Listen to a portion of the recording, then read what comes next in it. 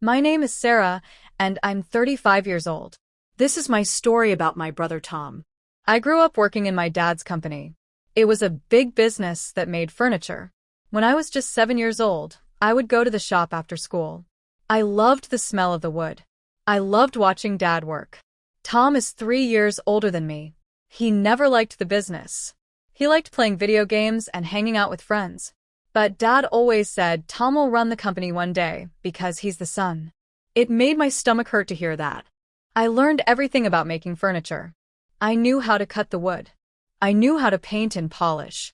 I knew how to talk to customers. By the time I was 15, I could build a chair all by myself. Dad would smile and pat my head. But then he would say, "Too bad you're a girl. This is a man's job." Tom barely came to the shop.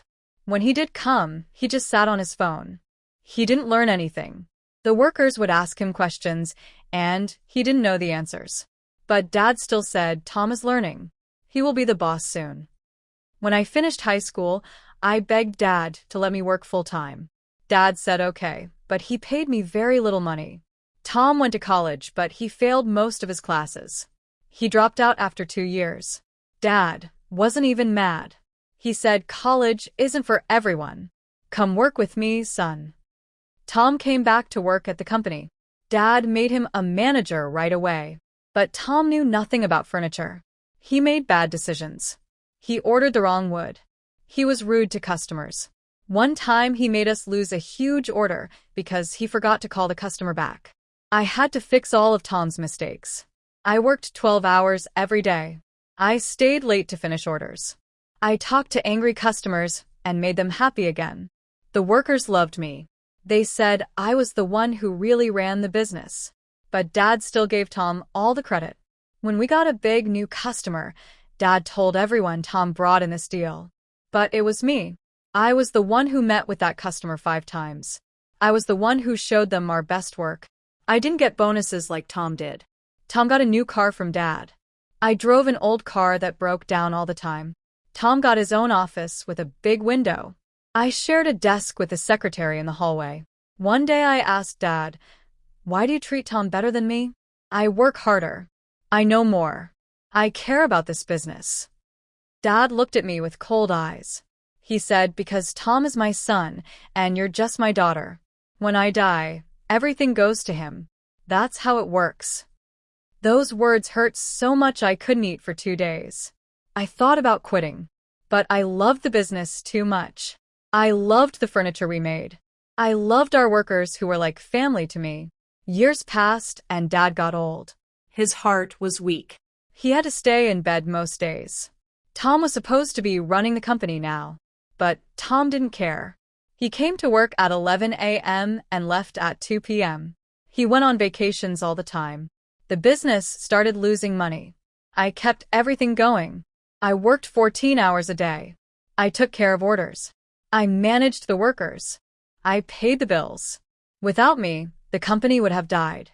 But nobody said thank you. Then Dad got very, very sick. The doctor said he only had a few weeks to live. I visited Dad in the hospital every single day. I held his hand. I read him stories. I brought him his favorite soup. Tom visited maybe 3 times total. He was always on his phone even when Dad tried to talk to him. Dad would look so sad watching Tom ignore him. One night, I was alone with Dad in his hospital room. It was very late. Dad was crying. He said, "Sarah, I was so stupid. I see it now. You're the one who really loves this business. You're the one who kept it alive. Tom doesn't care about anything except money." I didn't know what to say. Dad squeezed my hand hard. He said, "I'm fixing my mistake. Tomorrow the lawyer is coming. I'm changing everything. But you have to promise me something. Don't tell Tom. Let it be a surprise. He needs to learn that being a son doesn't mean you deserve everything." The next day, a lawyer came to Dad's hospital room. They talked for a long time. After the lawyer left, Dad smiled at me. It was the first real smile he'd given me in years. Dad died 1 week later. I cried so much. Even though he hurt me, he was still my father. At the funeral, Tom wore an expensive suit and sunglasses. He looked bored. I wore a simple black dress and couldn't stop crying. 3 days after the funeral, Tom texted me that horrible message. Dad's company is mine now. You were always just a girl. Pack your things and get out. I'm selling the business anyway and keeping all the money. You get nothing because Dad never believed in you. I felt sick to my stomach. I thought about all those years of hard work, all those nights I stayed late, all those problems I solved. And Tom was going to sell Dad's business? The business Dad spent his whole life building? I couldn't stop shaking. Tom sent more messages. You can beg me for a job if you want. Maybe I'll let you clean the bathrooms. That's about what you're worth. But then I remembered what Dad said in the hospital. About the lawyer. About changing everything. I called the lawyer and asked him to have a meeting with both me and Tom. Tom showed up at the lawyer's office with a big smile on his face. He thought he was about to get everything. He brought papers to sell the company. He had already picked out a new sports car to buy with the money. The lawyer opened the folder and started reading Dad's will out loud. Tom leaned back in his chair like a king. But then the lawyer said the words that changed everything. I leave 100% of my company to my daughter Sarah. She earned it through years of dedication, hard work, and true love for what we built. To my son Tom, I leave $1 and this message: you have to earn respect and success. It's not given to you just because you're a man. Tom's smile disappeared so fast. His face turned white like paper. He jumped out of his chair and yelled, "This is wrong. I'm the son. That company is mine." But the lawyer showed him all the papers. Everything was legal and signed. Tom looked at me with so much anger in his eyes. He said, "You tricked Dad. You stole my company." But I didn't steal anything. I earned every single piece of it. I looked at my brother and said, "You told me I was just a girl. You said Dad never believed in me. But Dad changed his mind before he died. He saw who really cared.